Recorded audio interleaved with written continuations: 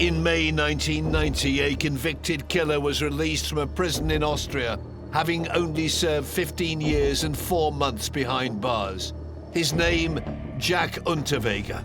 A brutal killer who is now going to embark on what I think is one of the most horrifying killing sprees in modern European history. A masterful manipulator, Unterweger was living the double life of a celebrated writer and that of a serial killer. Once released from prison, he went on to kill 9 women and was suspected of a further 2 in just over a year. He possessed what one calls the charm of a psychopath. The style was completely different. It was absolute brutality and bursts of violence. His victims all died in the same way, each strangled using the same knot. You are face to face with them. You are seeing the life drain out of them. You can choose to stop. You can choose to carry on. In public, he was the poster boy of prison reform in Austria, who transformed from murderer to model citizen. But little did his supporters know that Jack Unterweger was leading a double life and was in fact one of the world's most evil killers.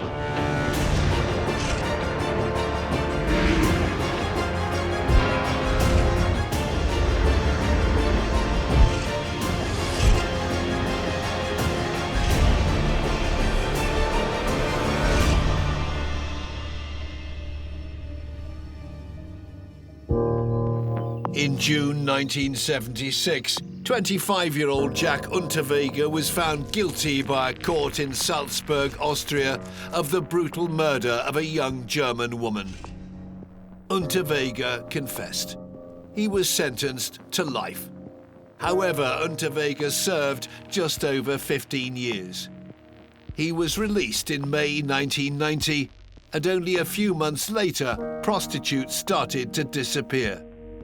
For the next 10 months, Unterweger went on a killing spree across Austria, the former Czechoslovakia, and even the United States. Unterweger was suspected of murdering 11 women, but was convicted of just 9. I'm absolutely astounded at the fact that Unterweger was released from prison many, many years before he should have been. People like Unterweger can change. They can change in prison if they acknowledge that what they've done is wrong and if they undertake work to address those traits and those behaviours that lead them to the decision to harm others. But he didn't go through that process at all. He was, without question, perverted, depraved killing machine. And I can think of very few, probably less than 20, who would deserve comparison with him. It is an extraordinary story, and one which sends a shiver down my spine every time I tell it. In 1975, during the trial of his first murder, Unterweger was assessed by a psychiatrist. He was diagnosed as an extremely dangerous, unpredictable, and incurable individual. The report stated he demonstrated egocentricity, aggressiveness, and sexual perversion with a sadistic component. Psychopaths are people who feel and behave and relate to others in ways that are different from the rest of us.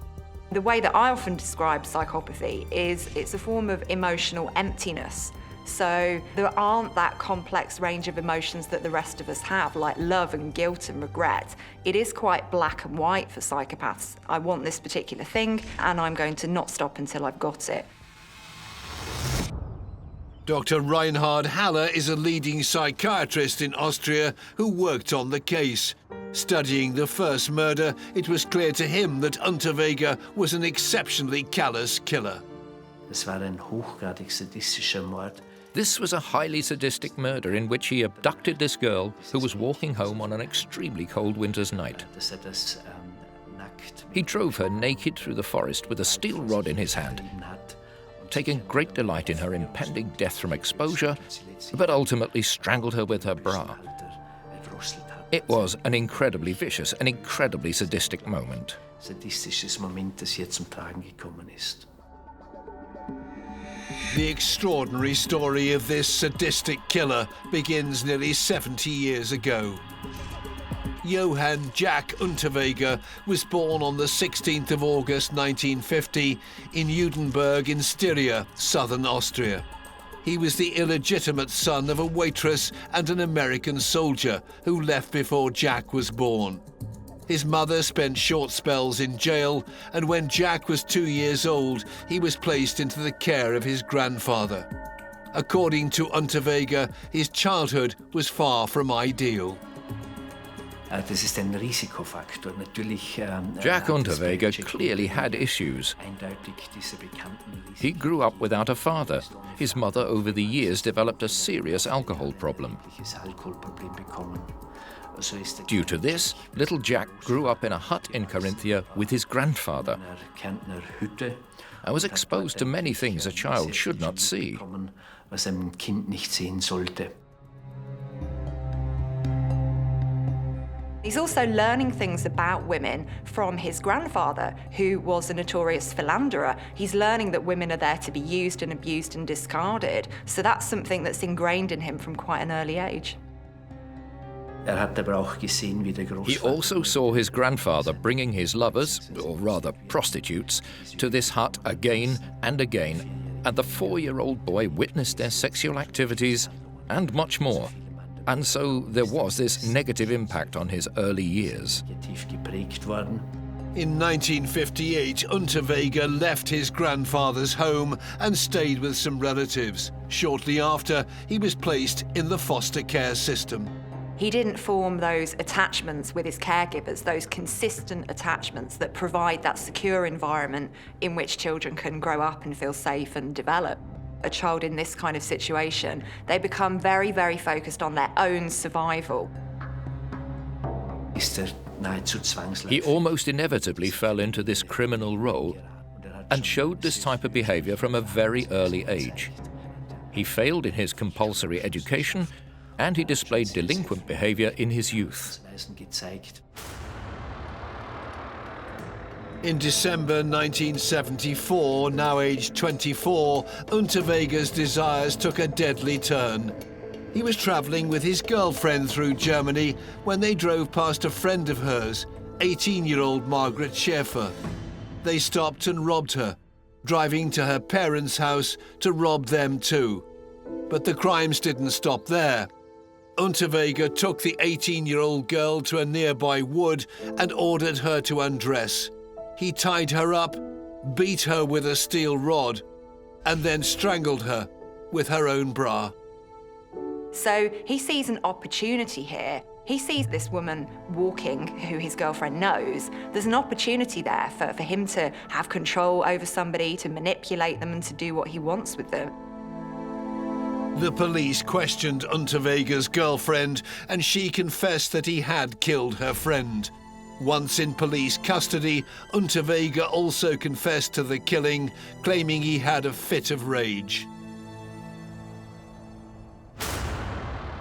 On the 1st of June 1976, before his 26th birthday, Unterweger began a life sentence for the murder. But this was far from the end of his story. From being what could only be described as a low-life, uneducated brute capable of killing an 18-year-old, he suddenly becomes a changed man. He teaches himself to read and write properly, and he begins a very adventurous career as a writer. In fact, writes not one but 2 bestsellers. He is very much the model prisoner. Now that he could read and write, Unterweger spent time in the prison library. He was uneducated, but with a large appetite for knowledge. One day in the library, he came across a book by an author completely unknown to him, and he says to himself, quite narcissistically, what he can do, I can do too. And then he began to write stories and, paradoxically, he wrote, among other things, these episodes for a radio program which was very popular among children and families back then. It was called the bedtime program for little ones, The Little Sandman is Coming. This was such a very idyllic, lovely, comforting, soporific program, which I also listened to as a child. als Kind noch gehört habe. Unterweger became famous as the man who wrote children's stories, poetry and prose about life in prison. His autobiography, Feuer, meaning purgatory, became a bestseller and was made into a film. There's a way to make an entrance. This is my destiny. It was now a conspiracy of witches. Download Veely today. The Austrian literati were delighted to have discovered someone like Jack Unterweger. Unterweger suddenly attracted the attention of the media. People showed support for his release. These were people, some of whom were very well known, like journalists and artists, who showed their support for good reasons.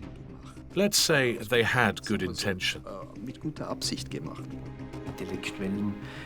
The intellectuals said, "Wonderful, finally we have a criminal who reformed himself, who, as it were, confessed to his actions through his writing and processed them therapeutically.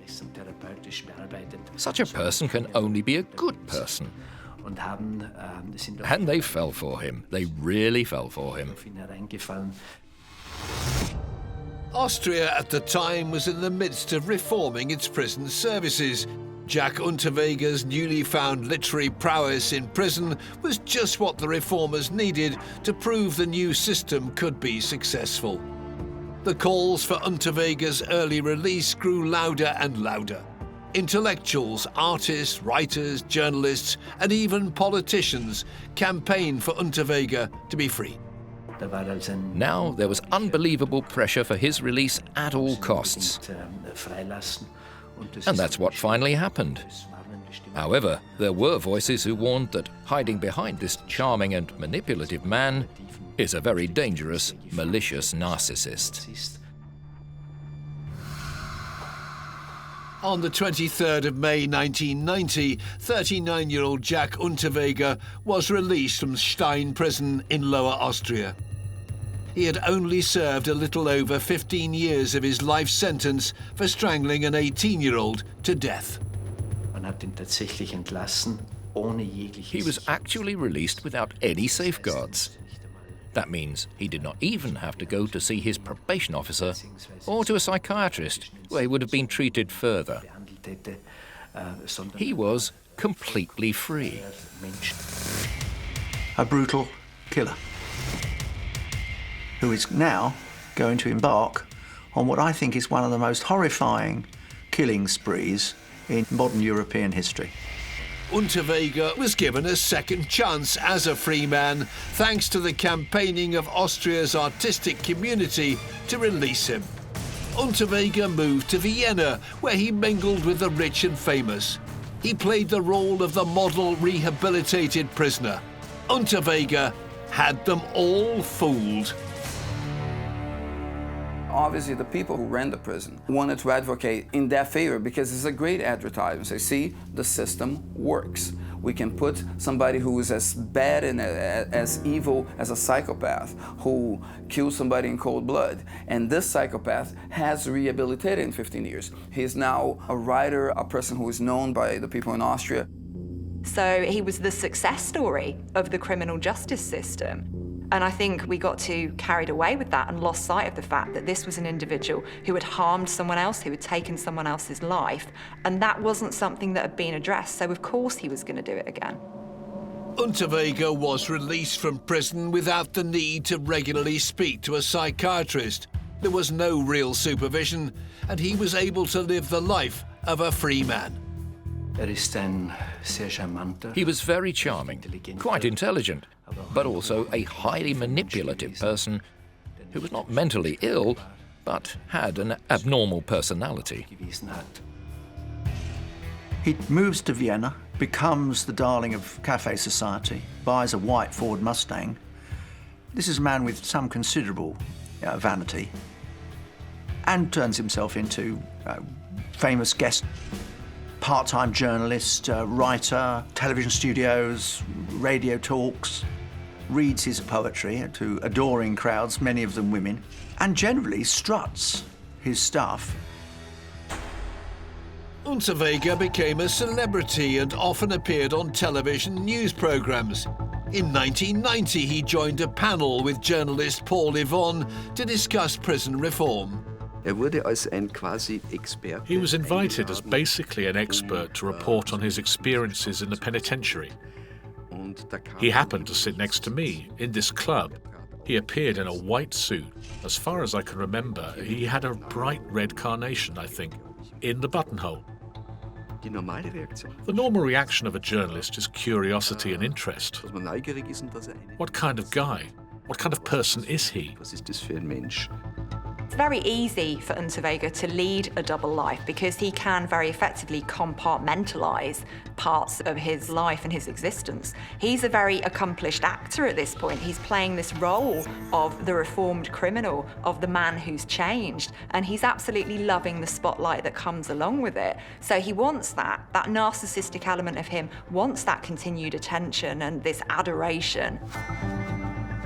Unterweger also continued to write and gave readings of his works, where he built up a large female fan base.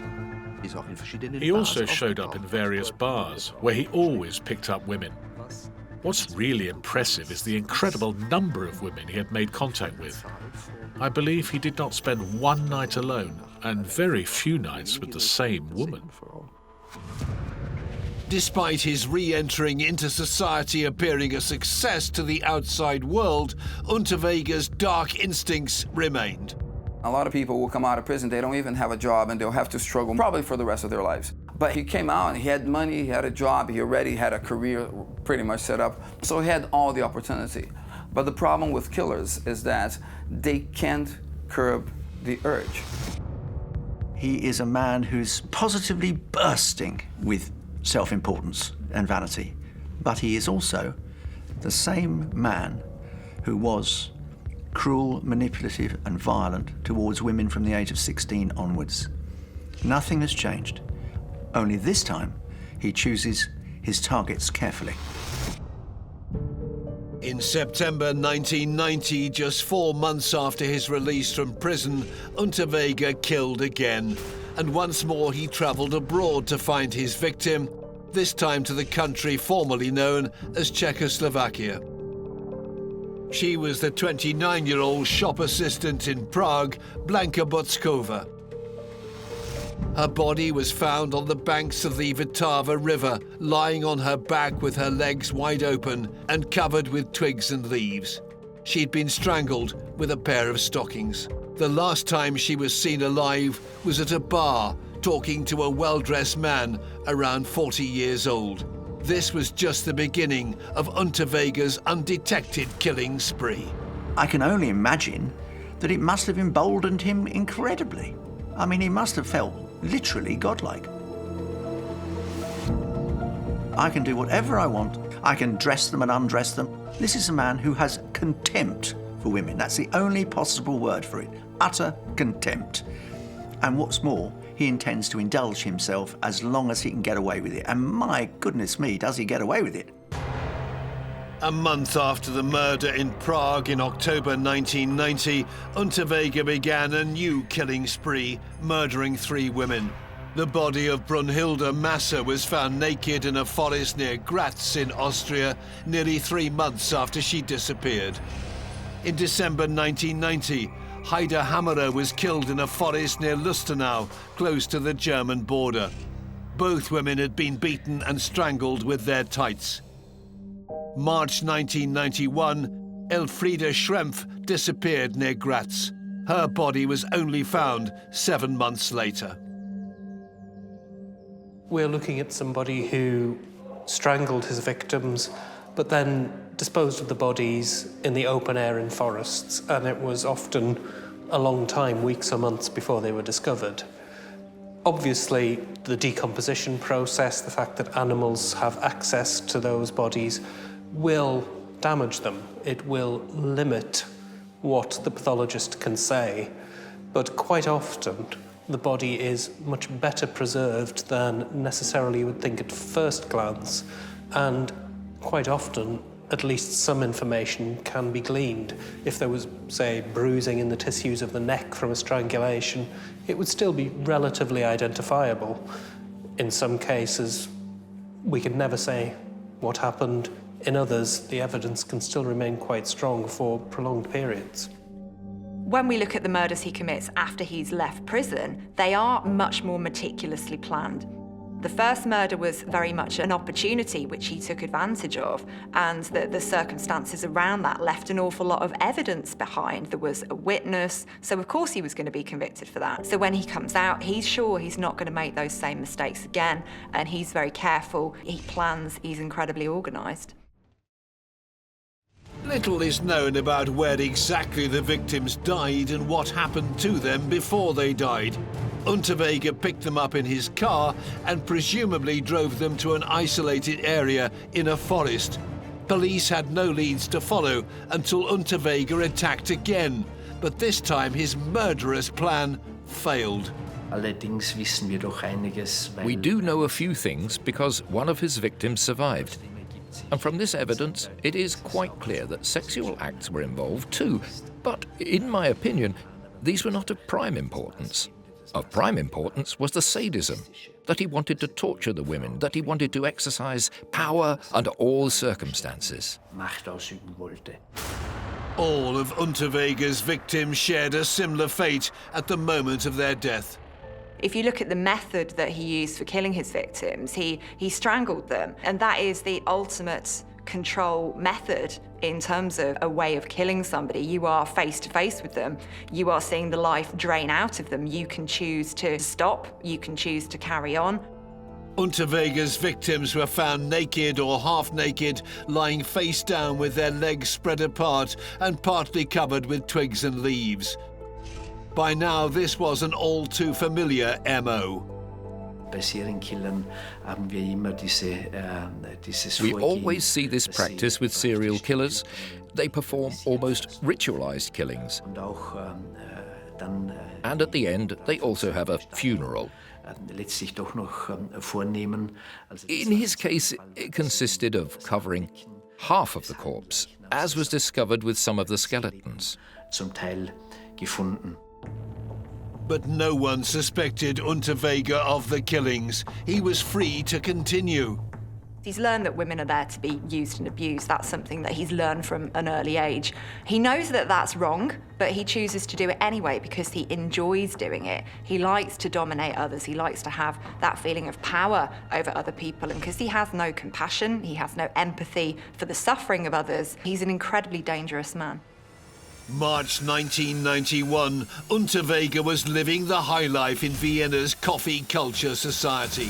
He was a charming, wealthy and influential poet, but he was also leading a double life. Since leaving prison, he had killed at least 4 women, and no one suspected a thing.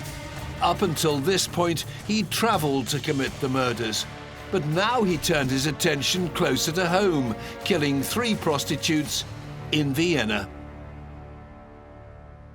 It's an act of the most incredible arrogance.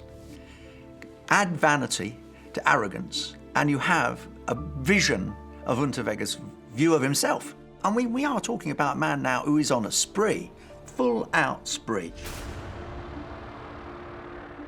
He chooses wisely. He's clearly trawling red light districts. It's hard to miss Unterweger because he's driving a white Ford Mustang, but no one puts 2 and 2 together. He's always had a sense of entitlement. He's always felt like he deserves better than other people. But at the same time, he's also got those lessons that he's learned from his early years, that women are there to be used and abused and discarded. So women are the vehicle through which he achieves the control that he craves. A reporter claiming to be working for the Austrian public broadcaster ORF was investigating the strange disappearance of sex workers in Vienna for a radio program.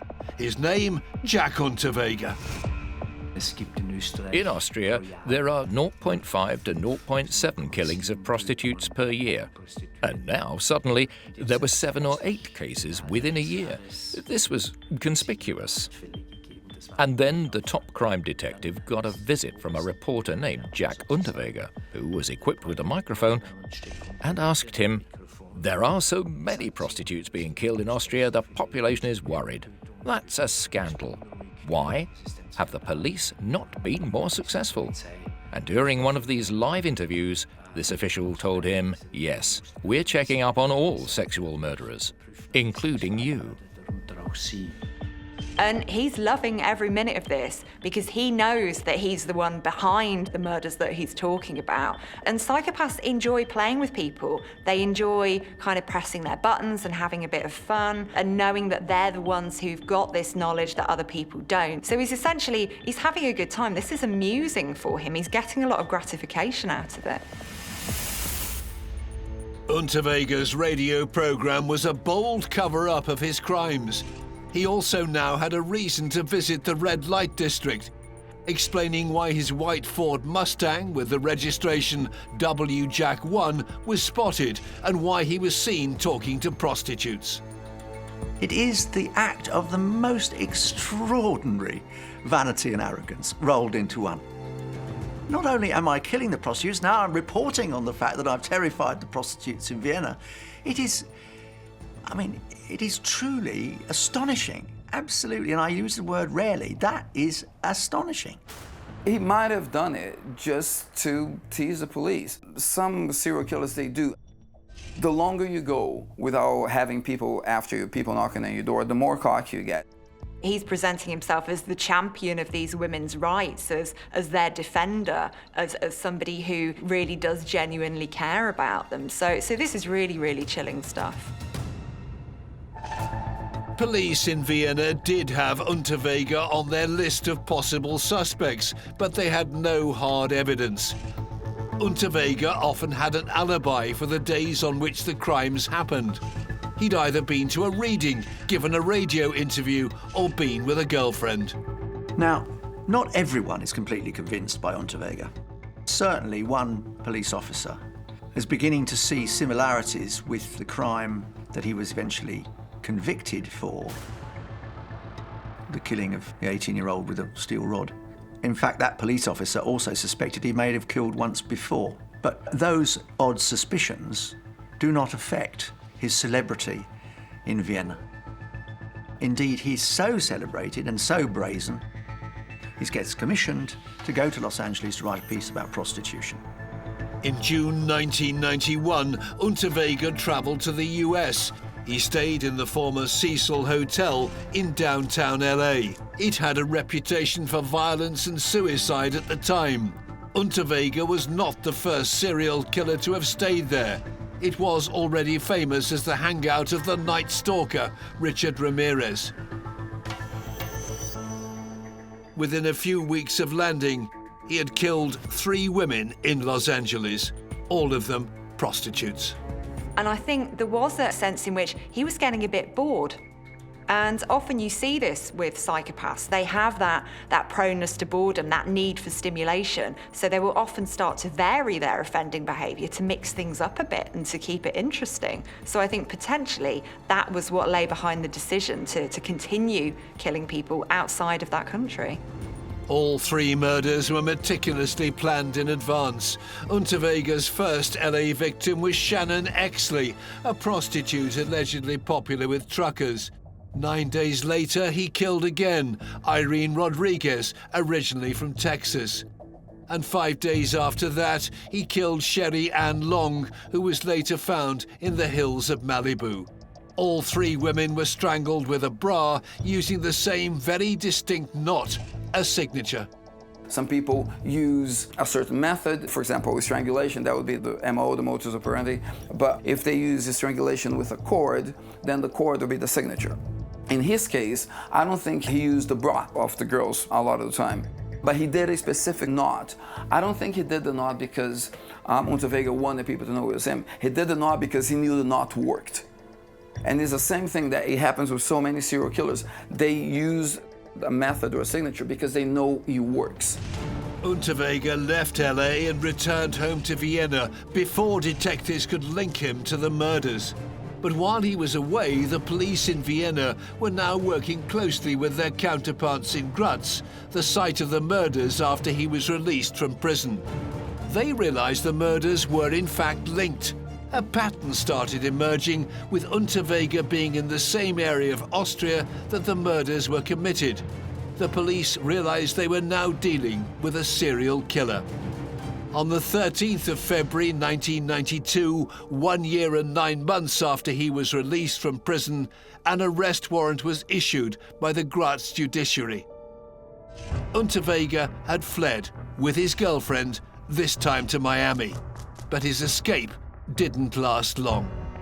He's finally tracked down to Florida in the United States because the authorities have begun to put various parts of the puzzle together, and he's arrested and extradited in May 1992 to stand trial in Austria. When he talks to the television camera and he says, "I've only had 2 years of freedom," and he appears to be quite upset, we shouldn't be fooled by that. The only person that he feels sorry for is himself. And this is a skilled manipulator. This is somebody who's learned by observing the behavior of other people what kind of emotions he can display that will elicit some kind of sympathy. During the extradition process, Detective Ernst Geiger from the Vienna Police Department discovered further links to prove Unterweger's guilt. He'd searched Unterweger's home and found evidence of his visit to LA.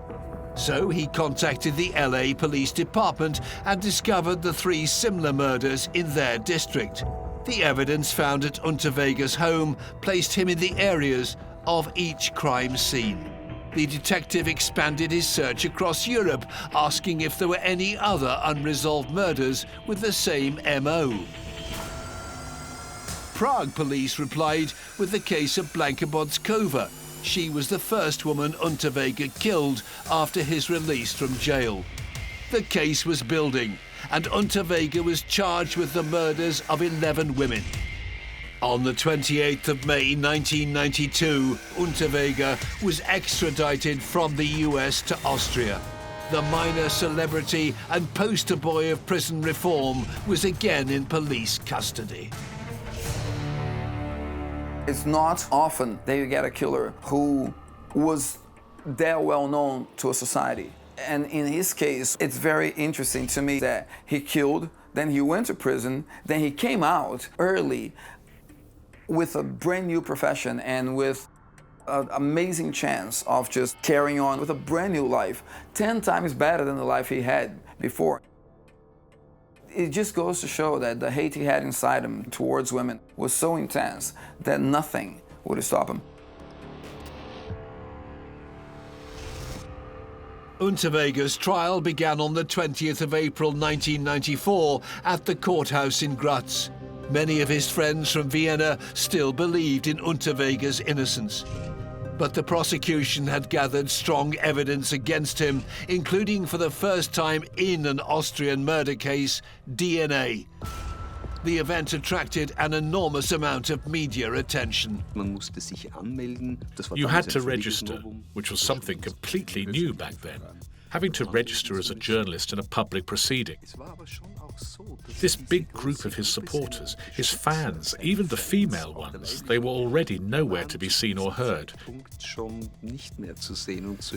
Because during the long pre-trial process, many details had come to light which made it so clear he was as guilty as sin. Unterweger was defended by 2 lawyers during what was a complicated and lengthy trial. One of them was Graz-based Dr. Hans-Jürgen Lehofer. Every single victim, every single murder had been examined. The whole thing took 3 months. With many of the victims, it was no longer possible to establish how the women died, how they were murdered. Because sometimes only the skeleton was left, as the bodies had been in the forest. The court was shown photographs of the first woman he killed after his release, Blanka Bodskova. She was murdered in September 1990 in Prague. The shocking images left a deep impression on everyone in the courtroom, but not on Unterweger. The judge then asked, "Are there any questions?" and Unterweger tells me, quite excitedly, "Go on, ask him something. Ask already." Obviously, he was not affected by the image of this naked girl, the corpse, and this person who was strangled, whose facial expressions are not pretty. He kept telling me to ask, ask, ask. I didn't know what to ask. I wasn't able to ask, but he didn't care. Go on, ask, ask, ask. For two of the murders, the prosecution presented DNA evidence. A hair belonging to victim Blanka Botskova had been found in Unterweger's car, and red fibres found on another victim's body corresponded to a red scarf found in Unterweger's home.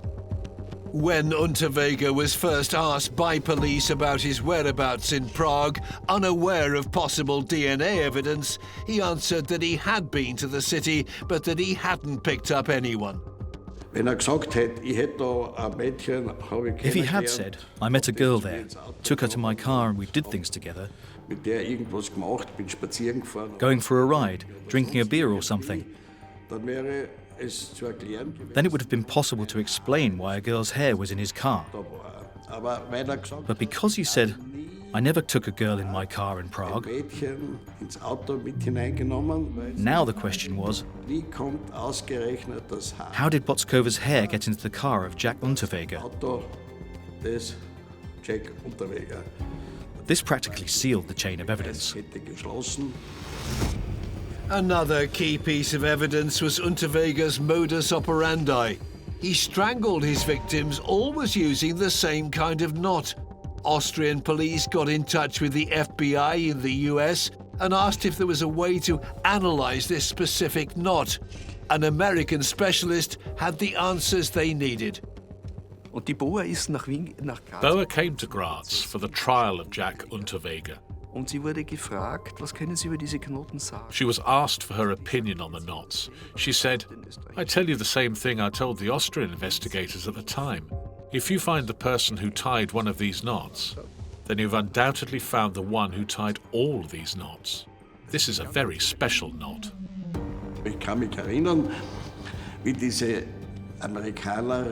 I can remember how this American woman had the original bra in her hand and showed it to the jury. You could see how tightly the neck was constricted by the knot.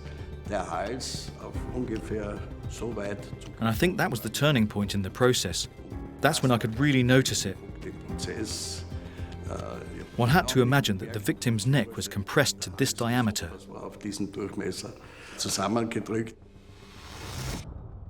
That was a moment when it was dead quiet in the overcrowded courtroom, even though there were hundreds of people in there. And Jack Unterweger, who has always had such a particularly straight, present, slightly dominant posture, and who always looked with a certain, I would say, impudence, as if to say, "Look, I have nothing to hide."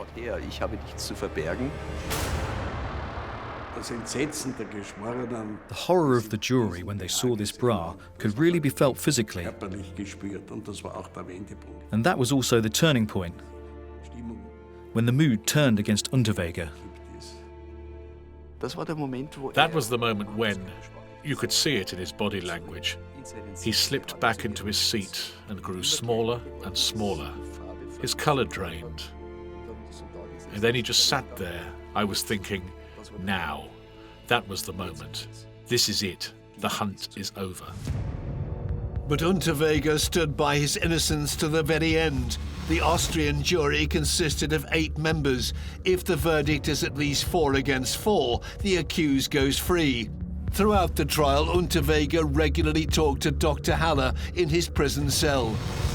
He would discuss how he thought the jury was reacting on each day. He closely monitored the 8 jurors during the trial. He always knew who were skeptical, who were against him, who were for him. And he told me every day after the trial, today 4 were for me and 4 against me. Today 3 were skeptical, and so on. People like Unterweger are incredibly intelligent and they will pick up on other people's emotions, other people's feelings. Even though they don't have that complexity of emotion themselves, they learn through observing other people the kind of behaviours that they need to display, the sorts of things that they need to say to get what they want. I'm absolutely certain he was confident in his own mind that he could convince at least 4 of them that he was innocent. Unterweger is so confident that he decides that he will give the final speech in his defence. Unterweger then delivered, in my opinion, a brilliant concluding speech in his defence. And the jury vote was never 8-0 for guilty. Rather, it was always only 5-3 or 6-2. So there were always a few jurors who were still convinced of Unterweger's innocence. But Unterweger's impassioned speech did not sway the jury on all charges. On the 28th of June 1994, at approximately 9 p.m, the verdict was read out. He was found guilty of 9 of the 11 murder charges against him and sentenced to life in prison. He placed an appeal against the verdict. Unterweger then returned to his cell, where 6 hours later he hanged himself with the string from his jogging bottoms and his shoelaces. It was confirmed that the knot he used to tie the noose was the same he'd used to strangle his victims. Well, Unterweger was a cold and calculating and ruthless psychopath who enjoyed harming other people. And I think that the real shame with this case is that the Austrian criminal justice system completely missed its opportunity to put the brakes on his offending because they became too dazzled with the individual that he was presenting as, and far too many people were conned by him. He's one of those people who really does send a shiver down my spine because he would appear to be so charming. And I'm not surprised that the prostitutes got into the car with him, or some may even have recognised him. But he knew they were never going to live to tell the tale, so he saw no worry in that. The ultimate killing machine. Jack Unterweger was a sadistic murderer who killed women for his own gratification. His double life and charming character enabled him to continue with his killing spree undetected. Society wanted to believe he was a reformed man, but sadly that was not the case. Unterweger fooled them all and was, without a doubt, one of the world's most evil killers.